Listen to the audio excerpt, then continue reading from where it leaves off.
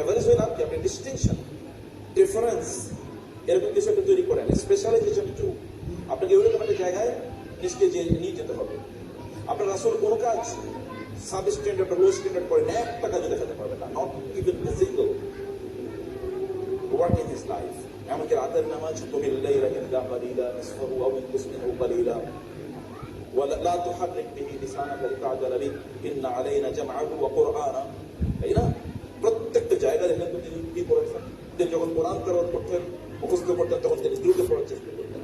আল্লাহ বলেন এত চেষ্টা করে দরকার নাই, আমার কাছে হচ্ছে আপনার অন্তরে কোরআনকে গ্রথিত একেবারে করে দেয়। আপনাদের চেষ্টা করতে হবে। তিনি যখন নামাজে দাঁড়াতেন রাতের বেলা, দিনের নামাজে দাঁড়াতেন, রাতের বেলা যখন তিনি নামাজে দাঁড়াতেন, মাঝে মাঝে তার পা ফেলে যেত, গায়ের পাতা এবং ধোঁয়ালে ফেলে যেত। আয়েশা রাদিয়াল্লাহু তাআলা এখানে মলম লাগিয়ে দিতেন, তেল লাগিয়ে দিতেন এবং কাপ থেকে আসে। আপনার এত অবদান। আজকে আমি গাড়িতে আস্তে আস্তে আমার সহধর্মিনীর সাথে কথা বলছিলাম। তুমি একটা প্রেস কনফারেন্স করেছিলে।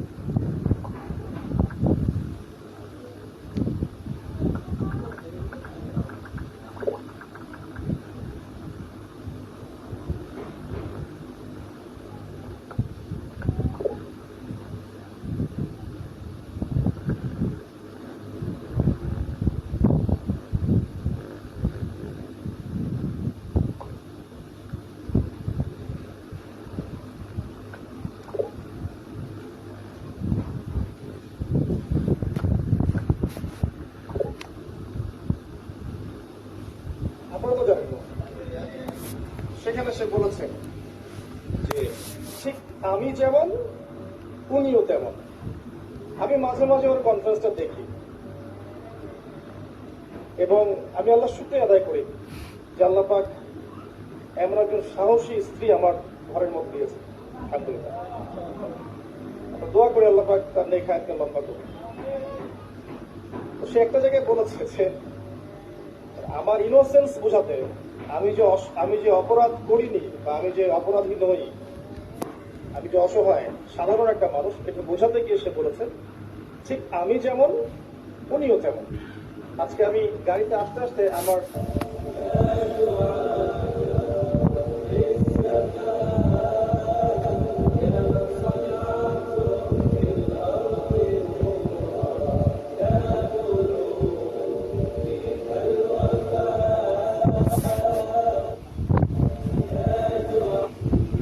ছোটবেলায় আমার মন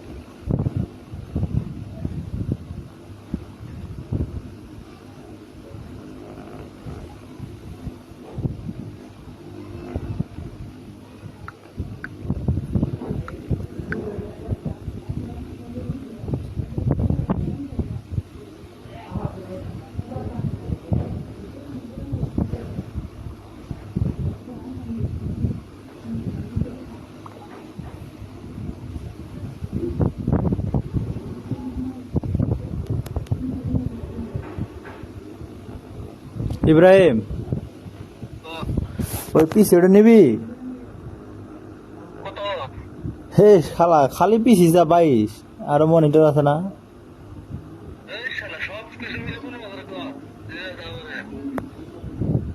আচ্ছা দি কথা করতেছি, ঠিক আছে।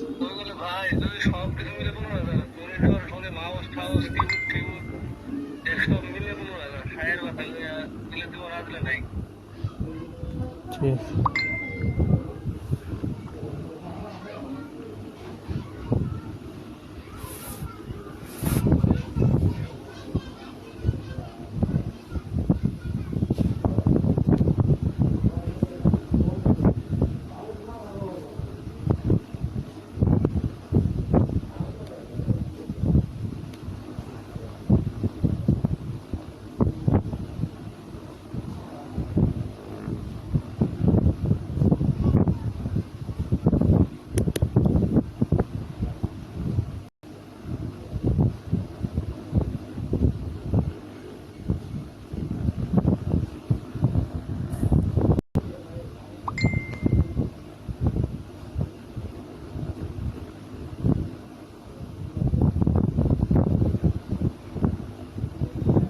document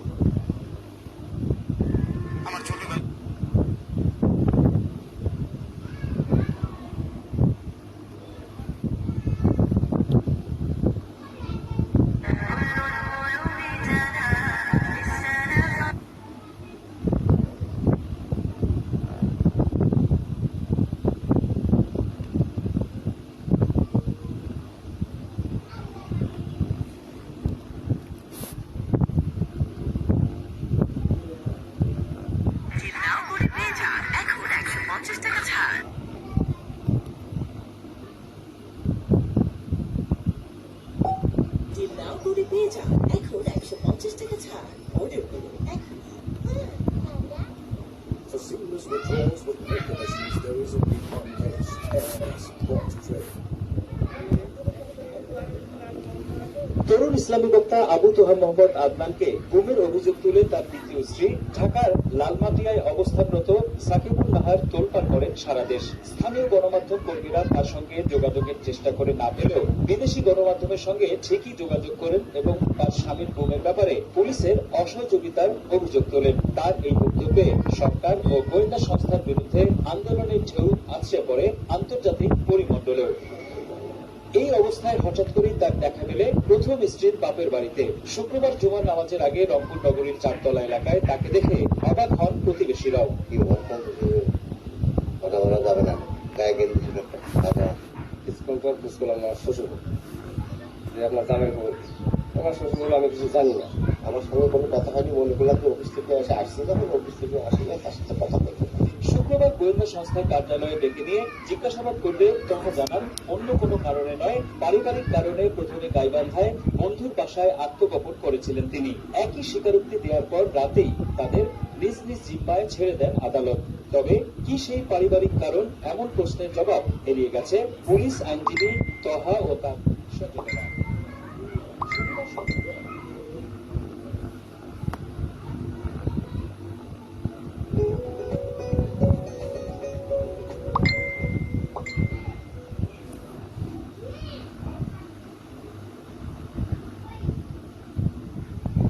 এফবিতে শুধু পিসি দেওয়া আছে 30,000।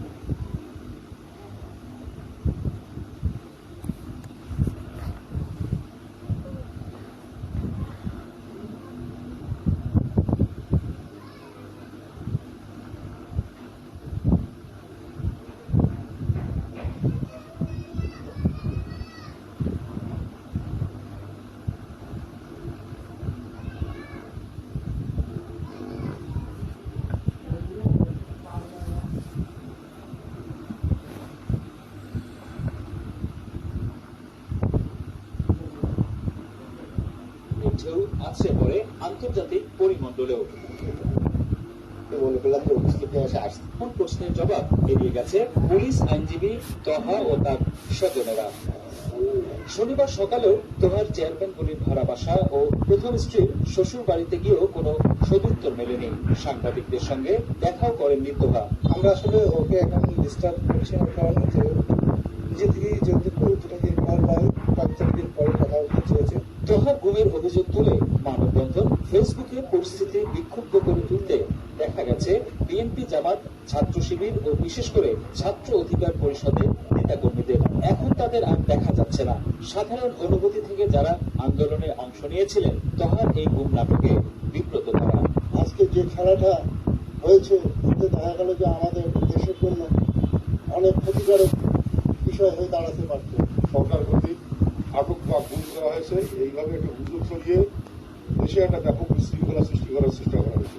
এই ঘটনাকে সম্পূর্ণ পরিকল্পিত সরকার বিরোধী ষড়যন্ত্র বলে মনে করছেন অনেকে। তোহার প্রথম স্ত্রী আবিদা নূরের রাজনৈতিক পরিচয় না থাকলেও দ্বিতীয় স্ত্রী সাবিকুন নাহার জামাত নেতার মেয়ে। বিদেশি গণমাধ্যমের সঙ্গে যোগাযোগ করে বিষয়টিকে আন্তর্জাতিক পরিমণ্ডলে নিয়ে গেছেন তিনি।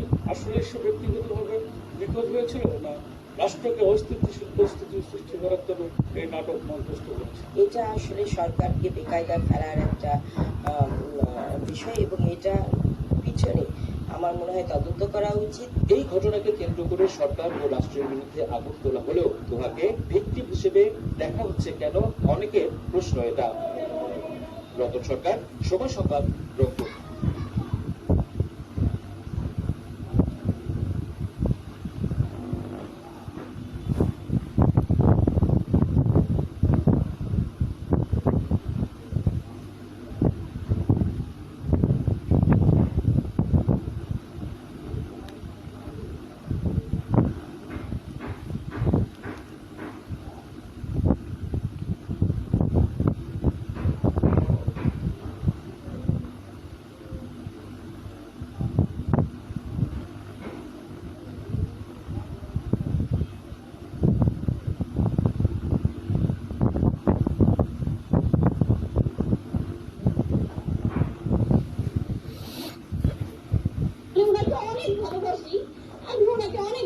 আমি আপনাদের বোন, জাস্ট আমি ওনাকে বিয়ে পেতে চাই।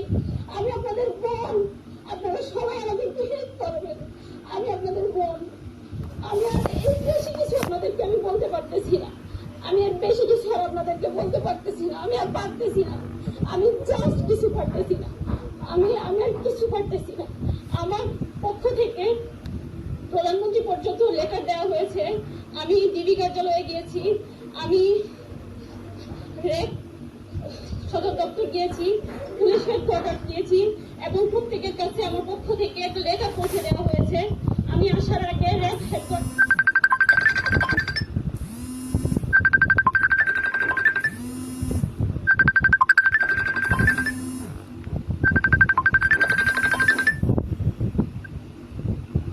সাথে দেখা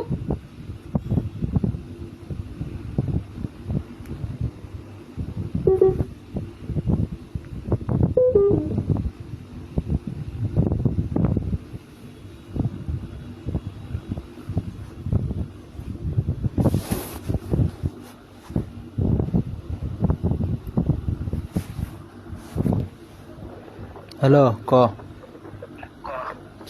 কইলাম যে পিসি তো বানাছে বলে শালা 30,500 টাকা,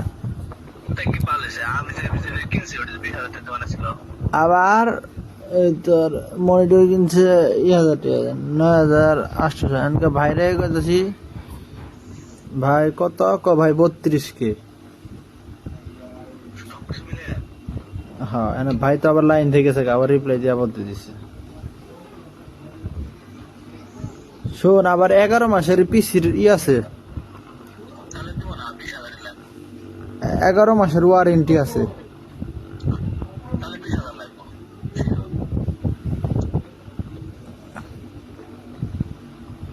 শালা আমার কাছে টিয়া থাকলে নিয়ে নিতাম রে। কটা টিয়া হলো দে, নিয়ে নেই।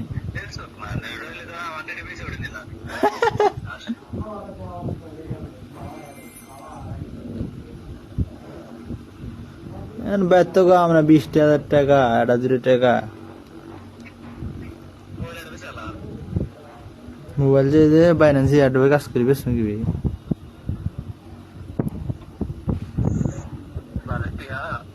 আর বেশ লিবা কত হবো? হ্যাঁ,